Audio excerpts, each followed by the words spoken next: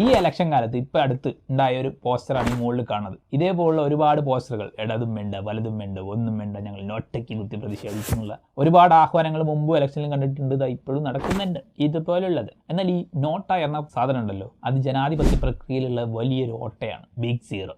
എന്താ ഈ പറയണ? ജനാധിപത്യത്തിൽ ഒരു പൗരനെ നിഷേധിക്കാനുള്ള അവകാശത്തെ സംരക്ഷിക്കാനല്ലേ നോട്ട എന്നൊക്കെ ചോദിച്ചാൽ പോട്ടോ എന്ന് പറയണം. ഞാനിത് നിങ്ങൾക്കും എനിക്കും മനസ്സിലാകുന്ന രീതിയിൽ ഞാൻ പറഞ്ഞുതരാം. അപ്പം അടുത്താണല്ലോ പഞ്ചായത്ത് തെരഞ്ഞെടുപ്പ് കഴിഞ്ഞത്, ലോക്കൽ ബോഡി ഇലക്ഷൻ. ആ സമയത്ത് നിങ്ങളുടെ വാർഡിൽ നിങ്ങൾ എല്ലാവരും കൂടി ഇടതും വേണ്ട വലതും വേണ്ട ആരും വേണ്ട, ഞങ്ങൾക്ക് ഇഷ്ടമുള്ള ഒരാളെ ജയിപ്പിച്ചോളാം എന്ന് പറഞ്ഞിട്ട് ഒരാളെ നിർത്തി. എന്തൊക്കെ കാരണം കൊണ്ട് അയാളെ പത്രിക തള്ളിപ്പോയി. അപ്പോൾ നിങ്ങൾ എല്ലാവരും നാട്ടുകാരെ എല്ലാവരും തീരുമാനിച്ചു ആരൊക്കെ vote ചെയ്യില്ലെങ്കിൽ നോട്ടയ്ക്ക് കുത്താണ്.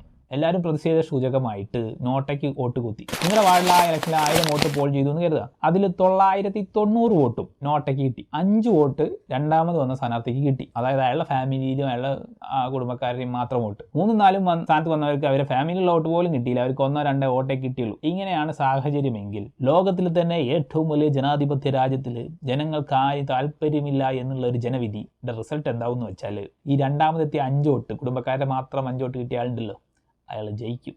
Election cancel ആവുകയോ re polling നടത്തുകയോ ഒന്നും ഉണ്ടാവില്ല. ഈ രണ്ടാമത് 5 വോട്ട് കിട്ടി വന്ന മഹാൻ ജയിച്ച് നിങ്ങളുടെ ജനപ്രതിനിധിയാവും. ഇനി നോട്ടയ്ക്ക് 99% വോട്ടും പോൾ ചെയ്താലും രണ്ടാമത് വന്ന ആളായിരിക്കും ജയിക്കുക. അതുകൊണ്ടാണ് ഈ പറയണത് നോട്ടയ്ക്ക് വോട്ട് ചെയ്യുന്നത് ഒരു നാഷണൽ വേസ്റ്റാണ്. പിന്നെ എങ്ങനെയാണ് ഒരു സ്ഥാനാർത്ഥിയെ ഒരു പാർട്ടിയെ വിശ്വാസമില്ല ഈ നാട്ടിൽ? ഒറ്റയ്ക്ക് മത്സരിക്കാനോ ഒറ്റയ്ക്ക് സ്ഥാനാർത്ഥികളെ നിർത്താനുള്ള ശക്തിയോ പൈസയോ അതിനുള്ള പ്രാപ്തിയോ നിങ്ങൾക്കില്ലെങ്കിൽ പിന്നെ എങ്ങനെയാണ് ഈ ജനാധിപത്യ രാജ്യത്തിൽ ഒരു പ്രതിഷേധം അറിയിക്കുക? അടുത്ത വീഡിയോയുമായി കണ്ടുമുട്ടാം. അതുവരെയും ഗുഡ് ബൈ.